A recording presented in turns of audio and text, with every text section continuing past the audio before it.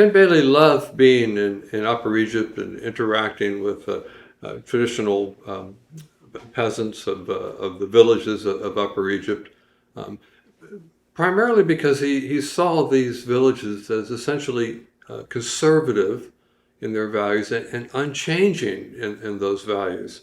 So that by understanding the village culture of the 1950s and 60s of Upper Egypt, he was seeing through a window or that created for him a window into what first century peasant life would have been like in Palestine. So he loved it. He loved being in these places. He loved interacting with people. But I also think, in spending some months reading his letters, that his attitude could also be ambivalent with regard to the village culture. In the early 1960s, he was the head of a program called the pre-seminary program, which was preparing students in Upper Egypt to go to Cairo to study as seminarians. And because their educational background was so limited, Bailey worked with them for a year to sort of get them up to speed so that they would be able to absorb the information that was available to them in the seminary. And he writes these hilarious letters home about his interactions with some of the students. And let me read a portion of this for you. He had asked the students to do sermons, and one of the students is talking about Moses. And he says, and Bailey is quoting him, he says, "Moses was very angry. He felt his blood hot within his veins. How could he be silent while this slave driver beat one of his people? So he drew his revolver out of his holster and he shot the slave driver dead. Yes, sir, he shot him dead."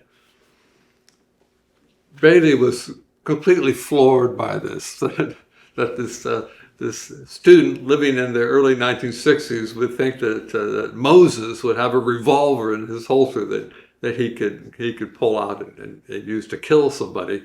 But none of the other students laughed.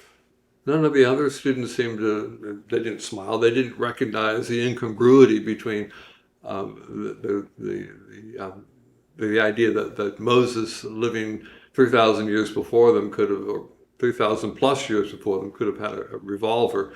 And what this suggested to Bailey was that the conservative, the unchanging culture of Upper Egypt misled his students into thinking that life itself was unchanging and essentially conservative in the values and ideas and things that it was doing. They didn't recognize that some of the new technological advantages that they had and scientific insights that were available to the world in the 20th century were now also available in an earlier time.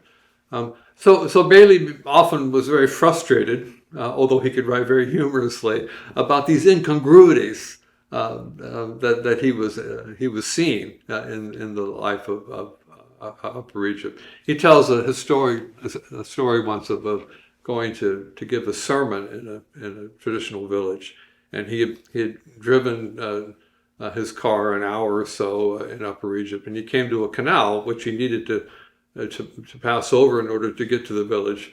But the bridge over the canal had crumbled, was no longer passable, and so he needed to park his car and wait for someone to ferry him across the canal. And he ended up showing up an hour late to the village, and he went to the pastor's house.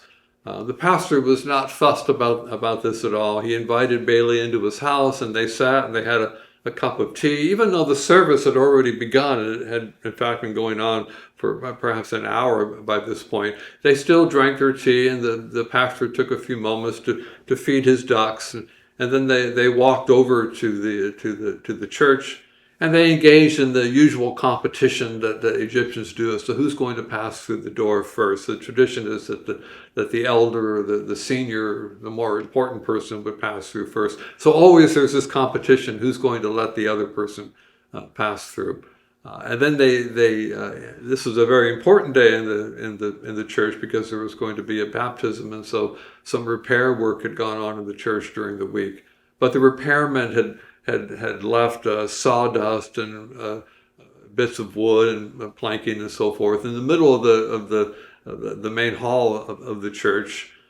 When Bailey got to the pulpit, there were supposed to be 3 chairs behind the pulpit, but the 3 chairs were missing, and so somebody needed to be sent back to the pastor's house to get the chairs. And as he walked up to the pulpit to give his sermon, he saw that the dust was so thick on the pulpit that he could have written his name with his hand, and the pastor solves the problem by dipping his handkerchief into the baptismal font and wiping the pulpit clean. When it came time for the baptism to occur, the pastor thought that Bailey should be the one reading the baptismal questions, but he hadn't said this in advance, and Bailey didn't know what the questions were in Arabic, so the pastor quickly wrote them out in his hasty Arabic scrawl, which Bailey then had to stumble through, trying to read in front of the congregation to ask these questions. And at the end of the service, the men had to sit patiently until all the women had left the church, because it would be unseemly for a man and a woman to be seen leaving the church together.